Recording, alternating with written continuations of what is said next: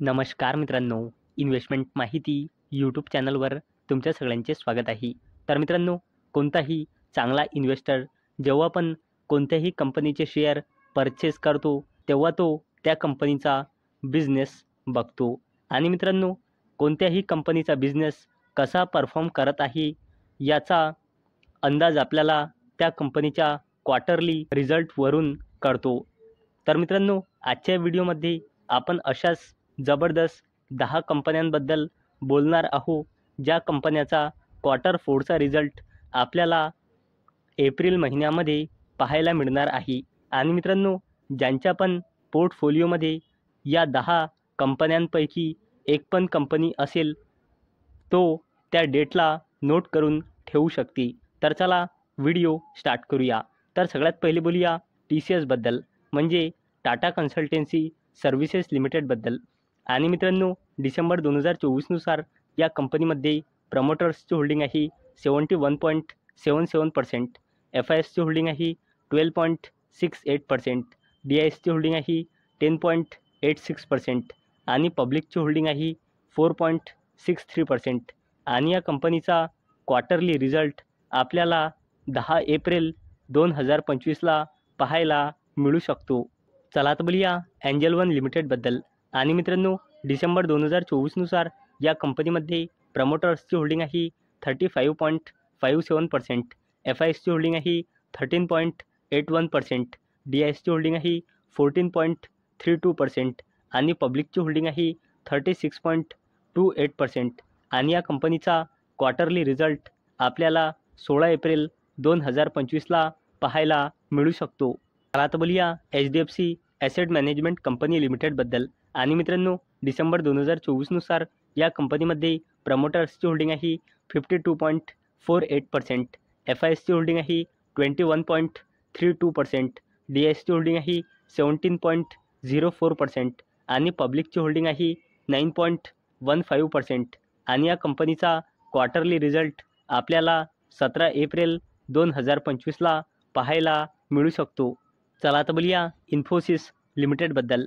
आणि मित्रांनो, डिसेंबर 2024नुसार या कंपनीमध्ये प्रमोटर्सची होल्डिंग आहे 14.43%, FISची होल्डिंग आहे 33.30%, DISची होल्डिंग आहे 38.19% आणि पब्लिकची होल्डिंग आहे 13.62%. आणि या कंपनीचा क्वार्टरली रिझल्ट आपल्याला 17 एप्रिल 2025ला पाहायला मिळू शकतो.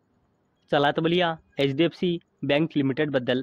आणि मित्रांनो, डिसेंबर 2024नुसार या कंपनीमध्ये FISची होल्डिंग आहे 49.21%, DISची होल्डिंग आहे 34.37% आणि पब्लिकची होल्डिंग आहे 16.23%.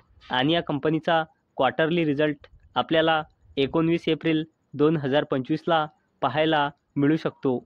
चला आता बोलूया ICICI बँक लिमिटेडबद्दल. आणि मित्रांनो, डिसेंबर 2024नुसार या कंपनीमध्ये FISची होल्डिंग आहे 45.70%, DISची होल्डिंग आहे 44.95% आणि पब्लिकची होल्डिंग आहे 9.08%. आणि या कंपनीचा क्वार्टरली रिझल्ट आपल्याला 19 एप्रिल 2025ला पाहायला मिळू शकतो. चला आता बोलूया HCL टेक्नॉलॉजीज लिमिटेडबद्दल. आणि मित्रांनो, डिसेंबर 2024नुसार या कंपनीमध्ये प्रमोटर्सची होल्डिंग आहे 60.82%, FISची होल्डिंग आहे 19.38%, DISची होल्डिंग आहे 15.21% आणि पब्लिकची होल्डिंग आहे 4.42%. आणि या कंपनीचा क्वार्टरली रिझल्ट आपल्याला 22 एप्रिल 2025ला पाहायला मिळू शकतो. चला आता बोलूया हिंदुस्तान युनिलिव्हर लिमिटेडबद्दल.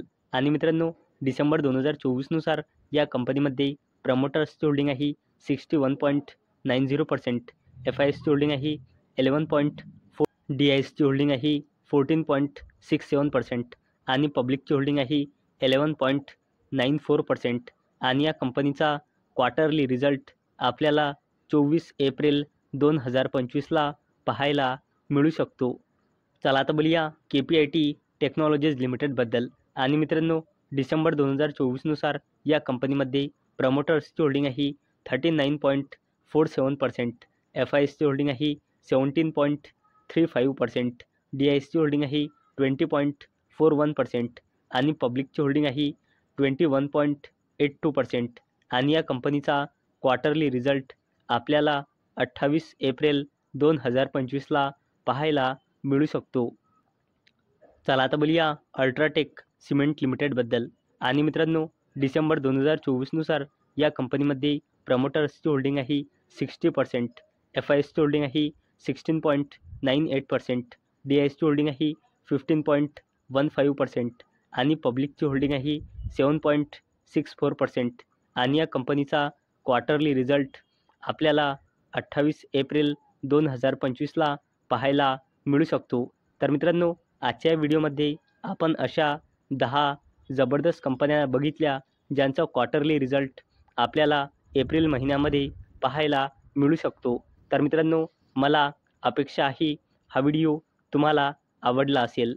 तर मित्रांनो, जर तुम्हाला हा व्हिडिओ आवडला असेल तर या व्हिडिओला लाईक करा आणि चॅनलला सबस्क्राईब करा. आणि मित्रांनो, हा व्हिडिओ फक्त आणि फक्त एज्युकेशन पर्पजसाठी बनवलेला आहे. माझ्याकडून काहीही रेकमेंडेशन नाही की तुम्ही या स्टॉक्सना बाय करा, सेल करा किंवा होल्ड करा. तर चला भेटूया नेक्स्ट व्हिडिओमध्ये. तोपर्यंत टाटा, बाय बाय.